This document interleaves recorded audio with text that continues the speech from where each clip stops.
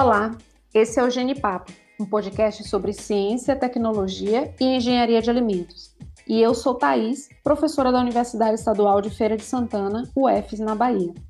Minha conversa hoje é com Dominique Cerqueira e Larissa Ferreira, estudantes do curso de Engenharia de Alimentos e membros da equipe Genipapo. Hoje vamos falar sobre aditivos alimentares, um tema que gera muitos questionamentos quanto à segurança da sua utilização. Nosso objetivo é esclarecer algumas dúvidas, falando sobre definições e importância destas substâncias para os alimentos industrializados. Eles estão em praticamente todos os produtos industrializados, seja no biscoito, no sorvete, na bebida láctea, na carne. E não fosse a presença deles, muito do que a gente compra no supermercado não duraria a metade do tempo, nem teria o sabor, a textura e a aparência que tanto nos atraem e nos levam a consumi-los. Os aditivos alimentares têm grande utilidade na indústria e a sua aplicação em gêneros alimentícios está devidamente regulamentada por legislação própria. Assim como qualquer substância usada para a fabricação ou preparação de um dado alimento e que permanece no fim do processo, ainda que modificado, é considerado ingrediente e, por ser um ingrediente, deve estar descrito nos rótulos. Você sabe se os alimentos que costuma adquirir no supermercado possuem aditivos? Se você tem o costume de ler os rótulos dos alimentos, com certeza já observou que na lista de ingredientes de alguns deles podem existir termos técnicos e códigos que não são muito conhecidos e que podem gerar dúvidas, como por exemplo, acidulante INS 330 ou antioxidante INS 300. Oi, Dominique! Conta pra gente o que são os aditivos alimentares. Então, no Brasil, o órgão responsável pela fiscalização do controle da qualidade dos alimentos, a Anvisa, formulou a portaria número 540, de 27 de outubro de 1997. Considera como aditivo alimentar todo e qualquer ingrediente adicionado intencionalmente sem o propósito de nutrir, mas que podem modificar algumas das características físicas, químicas, biológicas ou sensoriais do alimento. Esses aditivos podem agir desde o processamento até o transporte do produto final. A legislação também estabelece a quantidade desses aditivos de acordo com o tipo de produto. Tudo deve estar discriminado na embalagem para conhecimento do consumidor. Acho importante diferenciarmos aqui aditivos de coadjuvantes. Os coadjuvantes são insumos que participam do processamento dos alimentos, mas não são considerados ingredientes como os aditivos. Eles cumprem sua função e não ficam presentes após o processamento do alimento. São utilizados principalmente com uma finalidade tecnológica. O fermento químico, por exemplo, empregado no preparo de pães, broas, biscoitos, trata-se de uma substância ou mistura de substâncias que liberam gás e, desta maneira, aumentam o volume da massa elaborada com farinhas, amidos ou féculas. Tem o exemplo também da gelatina e a bentonita, utilizadas no processo de clarificação de bebidas, como o vinho. No processo de clarificação, esses coadjuvantes induzem a decantação de matérias em suspensão e, ao final do processo, eles são removidos. No produto final, eles não estão presentes. E aqueles códigos que citamos no início da nossa conversa? Lari, explica para os nossos ouvintes o que eles significam.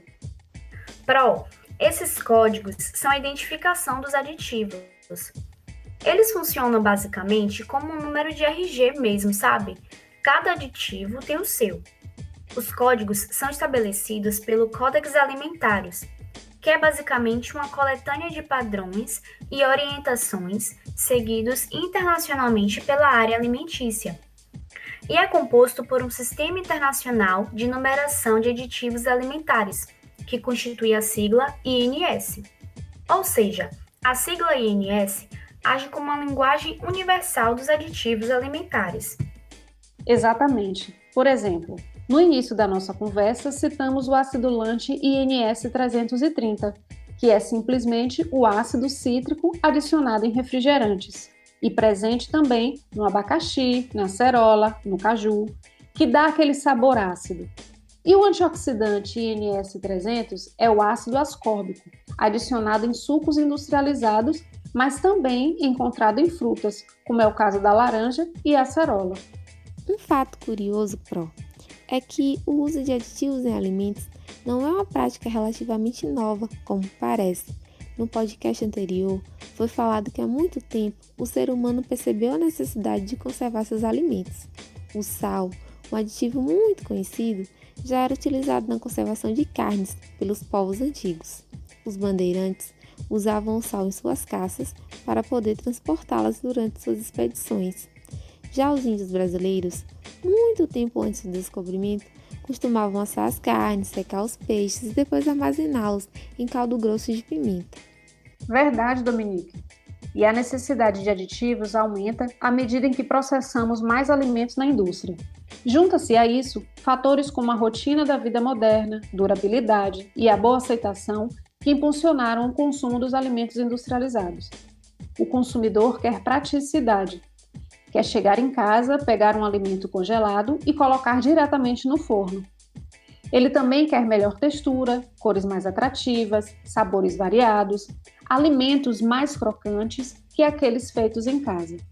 Estima-se que existam cerca de 3.500 aditivos alimentares, sendo que eles estão subdivididos em classes.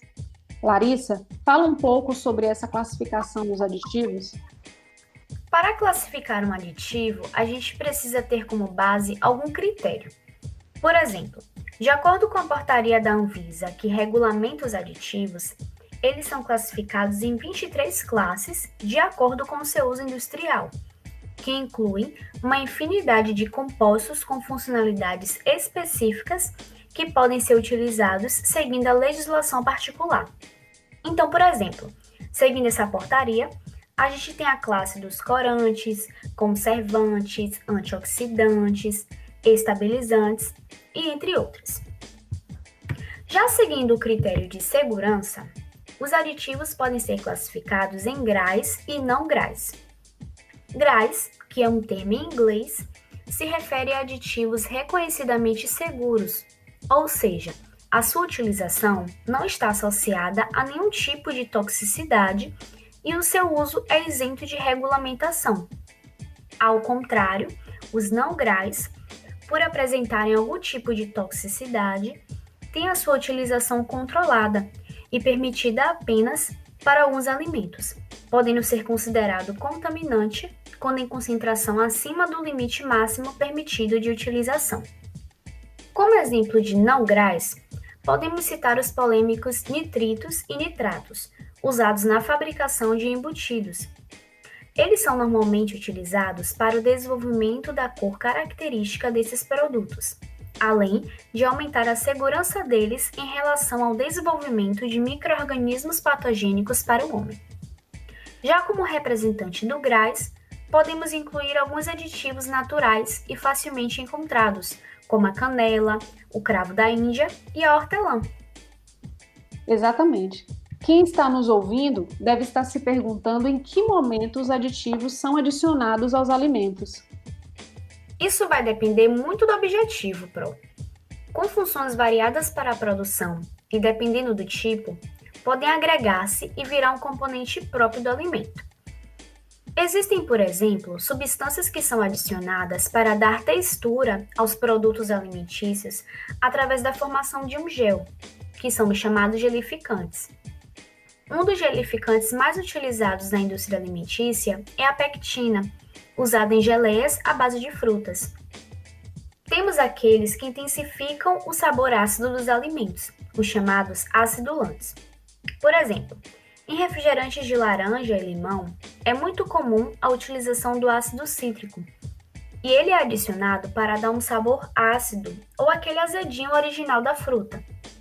Além disso, existem ainda alguns alimentos que necessitam obrigatoriamente de alguns aditivos na sua composição, como é o caso do sorvete. O sorvete é formado basicamente por compostos que não se misturam naturalmente, a água e a gordura, por exemplo. Então, é necessário a adição de um emulsificante para permitir essa mistura, e também de um estabilizante para permitir que essa mistura continue estável, ou seja, que ela não se separe novamente. Além desses que eu já mencionei, existe uma gama de outros aditivos que são empregados para exercer uma função específica em cada tipo de alimento. Um pouco mais à frente, citaremos mais alguns. Além da classificação por função e segurança, Lari, é importante falarmos que eles também podem ser classificados em relação à sua obtenção, como sintéticos ou naturais. Os sintéticos não são naturalmente encontrados na natureza, sendo produzidos pela indústria alimentícia. Já os naturais podem ser extraídos das frutas, óleos essenciais e especiarias, por exemplo. É verdade, Dominique. E nós podemos agora citar alguns exemplos de aditivos, levando em consideração tanto a classificação por função, como também a classificação em relação à sua obtenção. Por exemplo, os antioxidantes são substâncias que retardam a oxidação dos alimentos. Você já notou que quando se corta maçã, batata e até mesmo banana, a parte exposta adquire uma cor escura muito rápido? Isso acontece pela exposição ao oxigênio somada às enzimas que estão presentes nessas frutas. Por causa desse processo de oxidação, existe essa classe de aditivos. O ácido ascórbico é um exemplo de antioxidante. Ele é um antioxidante sintético adicionado em sucos de caixinha, mas ele também pode ser natural, pois é encontrado naturalmente na laranja. Temos também o exemplo dos corantes, que, como o próprio nome sugere, são substâncias que conferem, intensificam ou restauram a cor de um alimento. Muitos dos nossos ouvintes não sabem, mas em algumas balas de gelatinas é adicionado um corante sintético, o vermelho 40. Porém, a coloração também pode ser obtida de fontes naturais, como, por exemplo, a betalaína, que é um corante presente em beterrabas. Os conservantes são substâncias que impedem ou retardam a alteração de alguns alimentos provocada por micro-organismos e enzimas, como, por exemplo, os bolores nos produtos de panificação. O uso de conservantes, nesse caso, tem a função de retardar o crescimento desses micro-organismos e permitir o aumento da vida de prateleira dos produtos. Nessa situação, é muito comum o uso dos conservantes sintéticos sorbato de potássio e propionato de cálcio. E como exemplo de conservante natural, nós temos as especiarias, utilizadas na cozinha para dar sabor, mas que a depender da quantidade utilizada, passa a ser considerada um conservante. Um outro exemplo são os edulcorantes, que são substâncias diferentes dos açúcares que conferem sabor doce ao alimento. O aspartame é um exemplo de edulcorante sintético, presente em produtos como goma de mascar, sucos em pó, biscoitos diet light, gelatinas. Já a frutose é um edulcorante natural, encontrado em frutas. Temos também os realçadores de sabor, que são substâncias que, como o nome sugere, ressaltam ou realçam o sabor ou aroma de um alimento. O glutamato monossódico, por exemplo, é um realçador sintético, muito presente em salgadinhos. Já as especiarias, como gengibre, páprica e canela, por exemplo, são realçadores naturais. Gostei dos exemplos, meninas. Mas existe alguma situação onde não é permitida a adição de aditivos aos alimentos? Sim, Pro. Existem alguns casos onde não são permitidos a utilização de aditivos. São eles: quando o aditivo interferir sensível e desfavoravelmente no valor nutritivo do alimento. Uma outra situação não permitida é quando induzir o consumidor a erro, engano ou confusão, ou quando o aditivo utilizado servir para encobrir falhas no processamento ou nas técnicas de manipulação. Um exemplo bem didático disso é quando a adição de conservantes em leites líquidos, aqueles de caixinha que nós conhecemos e consumimos frequentemente. Pela legislação, não é permitido o uso de nenhum conservante no leite, sendo permitido apenas a higiene durante o processo e o tratamento térmico, como inibidores do crescimento microbiano. De modo que o uso de conservantes nesses produtos confere práticas inadequadas, e esse é um assunto que trataremos em um podcast posterior. Lembrando que o uso de aditivos em qualquer uma dessas 3 situações é considerado fraude. Apesar das inúmeras vantagens e possibilidades de aplicação, diversas são as opiniões sobre o uso de aditivos. Quando a indústria alimentícia garante que a adição de determinados químicos não representa riscos à saúde, ela não está tentando enganar os consumidores. É verdade que as quantidades de agentes de sabor, corantes, acidulantes e outras substâncias adicionadas aos produtos seguem padrões rigorosos. Mas essa segurança foi constatada em testes que consideraram uma dieta variada, na qual esses produtos não eram a principal fonte de nutrição, como acontece com muita frequência atualmente. Aí é que está o problema. Por isso, a recomendação é ingerir alimentos de fontes variadas. Adquirir uma alimentação saudável requer quantidades certas, sem exageros ou exclusões. De fato, Pro, existe muito receio por parte dos consumidores com relação ao uso de aditivos em alimentos. Muitas vezes, por causa de pesquisas divulgadas nos diversos meios de informação. Porém, é importante que, na condição de consumidor, a gente tenha a curiosidade de buscar mais informações sobre o assunto. Isso porque algumas pesquisas podem disseminar informações que não são totalmente verdadeiras, como foi o caso da lista de Village Reef. No final dos anos 90, foi espalhada pela internet uma lista que continha alguns aditivos e os seus malefícios à saúde. E nessa lista, informava que o ácido cítrico era um aditivo potencialmente carcinogênico. Porém, nós sabemos que esse ácido se encontra presente naturalmente na maioria das frutas, principalmente nos cítricos, como a laranja e o limão. Além disso, antes de ser autorizado o uso e a quantidade permitida de um aditivo, este é submetido a uma adequada avaliação toxicológica, em que se considera vários aspectos, além do efeito acumulativo, simultâneo e de proteção decorrente do seu uso. E este cenário, Lari, tem impulsionado pesquisadores na busca por novas fontes naturais com potencial uso como aditivo alimentar. Corantes, aromatizantes, antioxidantes e agentes de corpo estão entre os aditivos mais comuns incorporados aos alimentos. Ainda que cheia de aspectos desafiadores, numerosas pesquisas têm sido realizadas e diversas fontes naturais têm sido testadas para a obtenção de novos aditivos. E, embora os aditivos naturais ainda tenham seus méritos para as indústrias de alimentos, seu uso também requer uma política rigorosa de segurança alimentar.